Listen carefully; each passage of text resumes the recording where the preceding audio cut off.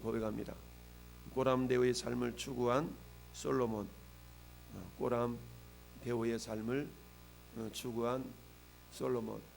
우리 고람 대오를 다른 말로 말하면 신전의식이라고 얘기합니다. 신전, 하나님의 눈앞에서, 면전, 하나님의 눈앞에서 살아가는 듯한. 여러분, 오늘날 많은 범죄들이 줄어든 이유 중에 한 가지가 전국에 수많은 감시 카메라가 설치되어 있기 때문이죠. 감시 카메라가 설치되어 있기 때문에 어떤 범죄 현장이 그대로 녹화가 되고 또 실시간으로 통보가 되기 때문에 사람들의 의식 속에 저 카메라가 있는 데서는 내가 뭐 나쁜 일을 하지 못하겠구나 라는 어떤 그런 경각심이 각 사람마다 들어가기 때문에 범죄율이 그만큼 낮아지게 되었다라는 통계가 있지요. 이처럼 그 누군가가 나를 지켜보고 있다라는 생각을 갖는다 그러면 사람의 행동과 말이 조심해질 수밖에 없고 조심해질 수밖에 없지요. 근데 성경은 이미 우리로 하여금 이처럼 조심하며 조심하는 삶을 살 것을 우리에게 요청하고 있죠. 왜냐하면 우리 하나님 우리의 삶의 일거수일투족을 다 보고 계시고 다 알고 계신다라고 말씀하고 있습니다. 이스라엘 백성들이 저 이집트 땅에서 430여 년 동안 종살이하던 그 시절에도 하나님은 이스라엘의 고통 소리를 들으시고 그들의 고된 노동으로 말미암아 여호와께 부르짖는 그 기도를 들으셨다. 그들의 고통을 보았다 라고 말씀하고 있습니다. 결국 하나님은 모세와 아론을 보내셔서 이스라엘 백성들을 그 종된 자리에서 구원해 내는 은혜를 베풀어 주셨습니다. 여러분, 이스라엘 백성들이 출애굽한 사건을 우리는 구원의 예표라고 생각하죠. 따라서 그 모습은 죄와 허물로 죽어서 우리 눈에는 보이지 않지만 영적인 마귀 사단에 의해서 우리가 그야말로 죄인의 삶을 살았던 그곳으로부터 우리를 건져내신 그 하나님의 은혜, 마치 모세와 아론을 이집트 땅으로 보내어서 이스라엘을 보내내셨던 것처럼 하나님은 죄 없으신 하나님이 친히 인간의 모습을 입고 이 땅에 오신 분이 예수님이잖아요. 그 예수님을 통해서 모든 인류의 죄를 다 담당하시고 그 죄 담당하셨음을 믿는 자들에게는 모든 죄 사함받고 여러분 그 하나님의 자녀가 되는 권세가 주어졌습니다. 그러나 여전히 우리 예수님의 흘리셨던 보혈의 능력은 모든 인류의 죄를 다 사하고도 남음 있는 그런 보혈의 능력이지만 그 죄 사함의 은혜를 인정하지 않는 자들에게는 그 죄 사함이 효력이 나타날 수가 없습니다. 왜냐하면 구원이라는 것은 하나님과 나와의 1대1의 관계인데 아무리 하나님이 우리 죄를 사해 주셨다 할지라도 그 내용을 내가 인정하고 받아들이지 않는다면 여전히 우리는 어때요? 죄인의 상태로 영원히 멸망받을 그런 존재로 남아있을 수밖에 없는 것이죠. 솔로몬은 그야말로 7년에 걸쳐서 하나님의 성전을 완공했습니다. 솔로몬이 지은 성전의 규모는 모세를 통해서 광야에서 짓게 했던 성막, 그 성막 안에 성소와 지성소의 그 규모와는 배의 차이가 난다라고 그랬죠. 그래서 모세가 지었던 성소 안에 지성소의 규모가 10규빗이었다면 솔로몬의 지은 지성소의 규모는 20규빗, 20규빗, 20규빗. 그래서 정방형의 정육면체로 우리가 지성소가 이루어졌다라고 어제 묵상해 보았습니다. 오늘은 12절을 중심으로 12절만 같이 한번 다시 합독합니다. 또 큰 뜰 주위에는 다듬은 돌 3켜와 백향목 두꺼운 판자 1켜를 놓았으니 마치 여호와의 성전 안뜰과 주랑에 놓은 것 같더라. 한마디로 말하면 솔로몬은 7년에 걸쳐서 여호와의 성전을 짓고 그리고 오늘 1절에 말씀한 것처럼 솔로몬이 자기 왕궁을 13년 동안 건축하여 그 전부를 준공했다라고 말씀합니다. 아니, 성전 건축할 때는 7년밖에 안 걸렸는데 자기 왕궁 지을 때는 13년이나 걸렸단 말이야? 이렇게 꼼꼼하게 했단 말이야? 이게 아니고 왕궁의 규모가 성전의 규모보다 배 이상이 되었기 때문에 걸리는 기간 역시 배 정도로 걸리게 되었던 겁니다.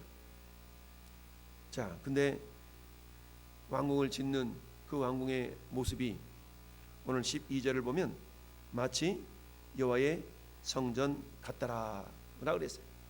그러니까 이 솔로몬은 자기가 살 왕궁이니까 또는 정치도 펼치고 통치의 권위도 나타내야 되고 이러한 공간이기 때문에 좀 더 웅장하고 규모 있고 뭐가 좀 이렇게 지어질 것 같은데 그렇게 짓지 아니하고 여호와의 성전같이 지었다라고 말씀하고 있습니다.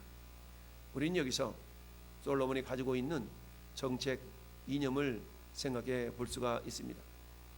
여러분, 각 나라마다 왕이나 대통령이 어떤 의식을 가지고 어떤 역사관과 어떤 국가관을 가지고 그 위에 올라가느냐에 따라서 그 사람이 펼치는 정책의 방향이나 건축물의 모형 이런 것들도 달라질 수 있거든요.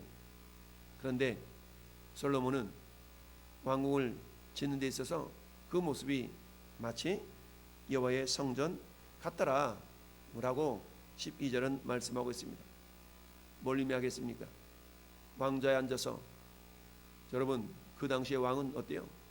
절대적인 권력을 가지고 있는 그런 자리가 아니겠어요? 그러다 보니까 절대 권력은 절대 부패한다 라는 그런 말도 있는 것처럼 절대 권력을 가지고 있는 이 솔로몬이 자기 어떤 그 권력을 제어할 수 있는 장치가 마련되지 않는다면 그 권력은 또한 역시 부패할 수밖에 없는 것이죠. 그러니까 솔로몬은 스스로가 자기의 권력을 제어할 수 있는 그 안전장치로 자기의 왕궁의 모습을 하나님의 성전같이 지었다라는 얘기죠. 그러므로 말미암아 자기가 통치를 할 때에 항상 뭘 의식하는 거예요? 성전 같은 모양으로 지었기 때문에 자기는 비록 왕이지만 나는 하나님이 세우신 신부름꾼에 불과하다. 나는 신전의식, 꼬람데오의 삶을 살아가게 되었다라는 얘기입니다. 여러분, 우리도 역시 마찬가지입니다. 전에 여러분들 가정마다 적어도 성구 액자 하나씩은 다 놓여져 있지 않나요?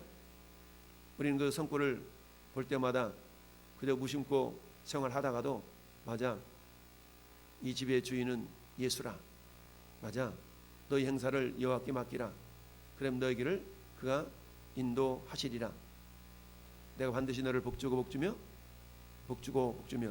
너를 번성케 하고 번성케 하리라. 이런 성경의 구절들이 쭉 있다면 여호와는 나의 목자시니 내게 부족함이 없으리로다. 이런 성구액자들 하나씩 집에 걸어놓고 있다면 우리가 무심코 살다가도 그 말씀이 우리 눈에 들어오는 순간 우리 삶을 다시 한번 점검하고 돌아보는 그런 계기가 되는 거 아니겠습니까? 우리가 송경신 예배 때마다 올해 나에게 주시는 말씀 카드라는 것을 뽑아서 역시 성경책 사이사이에 꽂아놓고 하나님의 말씀으로 여러분들이 묵상하며 지내는 그런 것도 역시 마찬가지죠. 제가 송경신 예배에 뽑았던 2023년 나에게 주시는 말씀은 베드로전서 5장 6절 7절의 말씀인데요, 하나님의 능하신 손 안에서 겸손하라라는 것이었어요. 때가 되면 너희를 높이시리라. 너희 염려를 다 주께 맡겨버리라. 이는 그가 너희를 돌보심이라. 이런 말씀이죠. 저는 그래서 늘 이 말씀을 기억하면서 겸손이라는 것은 내 머리 위에 나의 주인이 있음을 늘 인식하고 살아가는 거거든요. 나의 주인은 누구야? 나의 주인은 예수님이시죠. 그러니까 어떤 상황 속에서도 나의 주인이 예수님이심을 늘 기억하면서 주님, 이 상황에는 어떻게 됩니까? 주님, 저 상황에는 어떻게 됩니까? 이런 생각을 그래도 좀 더 많이 하고 살아가는 거죠. 솔로몬도 역시 그랬습니다. 솔로몬도 왕이 올라서 이제 아버지 다윗을 이어서 이스라엘을 통치해야 될 그런 통치자로서 왕궁을 짓게 되는데, 그 왕궁에 보면 7절 말씀 보면 심판하기 위하여 보호자의 주랑 곧 재판하는 주랑을 짓고 온 마루를 백향목으로 덮었다. 그 다음에 또 왕궁에 장가든 바로 딸들을 위하여 집도 지었다. 이렇게 표현하고 있어요. 그러니까 이런 어떤 통치 행위를 나타내기 위해서 그야말로 재판하는 주랑도 짓고 또 자기 부인들이 살아야 될 집도 짓고, 그럼에도 불구하고 전체적인 모형은 무엇을 닮았다? 성전을 닮았다. 그런 말미암아 이 솔로몬 왕은 어떤 상황 속에서도 뭐예요? 항상 하나님을 의식하고 의지하며 살아갈 수밖에 없는 그런 스스로가 자기 자신의 어떤 멍에를 이렇게 만들어 놓는 그런 삶을 살았던 것이죠. 그렇습니다. 신전의식, 꼬람대의 삶을 스스로가 선택하고 추구했던 이 솔로몬을 보면서 저는 여러분도 그런 삶의 안정장치가 하나씩은 다 필요할 수가 있습니다. 그건 저절로 되어지는 것이 아니라 내가 의지를 가지고 그 안전장치를 내가 의지할 때에 내 스스로가 하나님의 보호하심과 하나님의 임재하심을 더욱더 깨달을 수가 있는 것이죠. 사랑하는 성도 여러분, 우리는 언제 어디서든지 꼬람되어 하나님은 무소부재하신 분이다 라고 우리는 믿음으로 고백합니다. 그 하나님은 오늘도 영으로 우리 안에 거하시고 또한 어디서든지 계시죠. 우리가 복음성과 가사의 내용처럼 우리가 선한 일 할 때도 하나님은 함께 계셔. 내가 아무도 모르게 선한 일 할 때 그곳에서 함께 계신다라는 얘기입니다. 이런 것처럼 하나님은 오늘도 내가 어디를 가든지 무엇을 하든지 어떤 곳에 있든지 항상 우리와 함께 하시는 임마누엘 하나님, 나와 함께 하시는 하나님이 언제 어디서든지 나를 인도하고 돕고 지켜주신다라는 그런 믿음을 가지고 살아갈 수 있기를 바랍니다. 오늘 한 날 하나님이 허락하신 그 귀한 삶의 여정들, 불꽃 같은 눈동자로 우리를 지키시고 보호하시는 그 하나님의 말씀을 의지하며 기억하면서 오늘도 꼬람대요 신전 의식, 그 신전 의식을 가지고 주님의 다스림을 받고 주님께 영광 돌려드리는 하나님의 사람들이 될 수 있기를 예수님의 이름으로 축원합니다. 아멘.